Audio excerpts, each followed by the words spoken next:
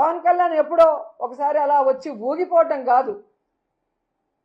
ఈరోజు నువ్వు షూటింగ్లు చేసుకోవడానికి కాదు నీ కోట్లు ఇచ్చింది, ప్రభుత్వ ధనంతో స్పెషల్ ఫ్లైట్లు ఎక్కి ఎంజాయ్ చేయడానికి కాదు నీకు ఓట్లేసింది.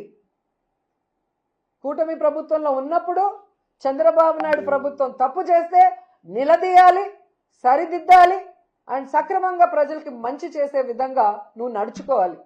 కానీ నీ నియోజకవర్గం పిఠాపురంలో అమ్మాయిని రేప్ చేసినా పట్టించుకో, రైతుకు యూరియా దొరక్క ఎండల్లో వాళ్ళు నించొని రోజుల తరబడి ఏడుస్తుంటే పట్టించుకో, ఇదే పిఠాపురంలో నిరుద్యోగులకి ఉద్యోగం ఇవ్వకపోయినా నిరుద్యోగ భృతి ఇవ్వకపోయినా పట్టించుకో.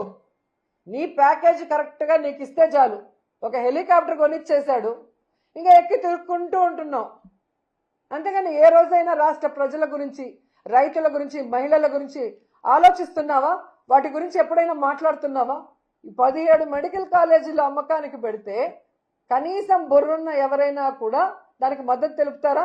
కానీ నువ్వు కూర్చొని తల ఆడిస్తున్నావు అంటే ఈరోజు రాష్ట్ర ప్రజలు నీకు ఓటేసినందుకు సిగ్గుపడుతున్నారన్న విషయాన్ని కూడా తెలుసుకోండి. ఏమిటి అసలు రోజా గారికి అలా మాట్లాడేటువంటి అర్హత ఉందా? ఆవిడ ఎమ్మెల్యేగా ఉన్నప్పుడు, మంత్రిగా ఉన్నప్పుడు కూడా ఆవిడ చేసింది ఏంటి? జబర్దస్త్లో మీరు పార్టిసిపేట్ చేయలేదా?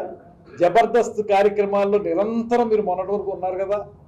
జబర్దస్త్ కార్యక్రమాల్లో పార్టిసిపేట్ చేసి మీరు అక్కడ రకరకాల విన్యాసాలు చేసి ఇవాళ మీరు మాట్లాడటానికి మీరు అర్హులా?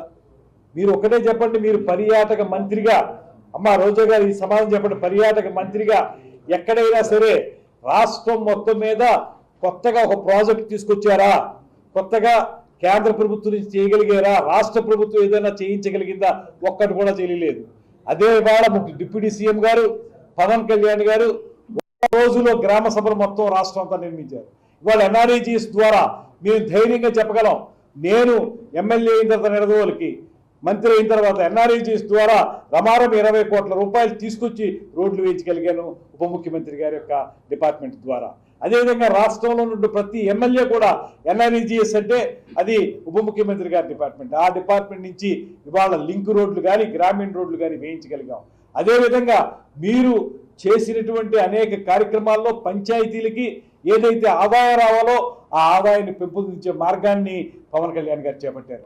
ఏనాడు కూడా ప్రజా సమస్యల పరిష్కారం విషయంలో ఎక్కడా కూడా అలసత్వం వహించలేదు. ఆయన కొంత ఖాళీ సమయాన్ని, ఆయనకి వేరే వ్యాపకం లేదు. మీకు కబ్జాలు ఉన్నాయి, మీకు వ్యాపారాలు ఉన్నాయి, మీకు దొంగ వ్యాపారాలు ఉన్నాయి. ఆయనకి ఏ రకమైనటువంటి వ్యాపారం లేదు. ఆయన సినిమాల ద్వారా వచ్చే 4 రూపాయలతో కుటుంబ పోషణ, ఆ వచ్చిన డబ్బును కూడా ఆయన ప్రజలకే ఖర్చు పెట్టేసేటువంటి పరిస్థితి. ఆయన ఒక పక్కన కొద్దిపాటి సమయాన్ని సినిమాలకు వెచ్చిస్తూ 90% సమయాన్ని ప్రజా సమస్యల పరిష్కారానికే చేస్తూ ఉన్నారు.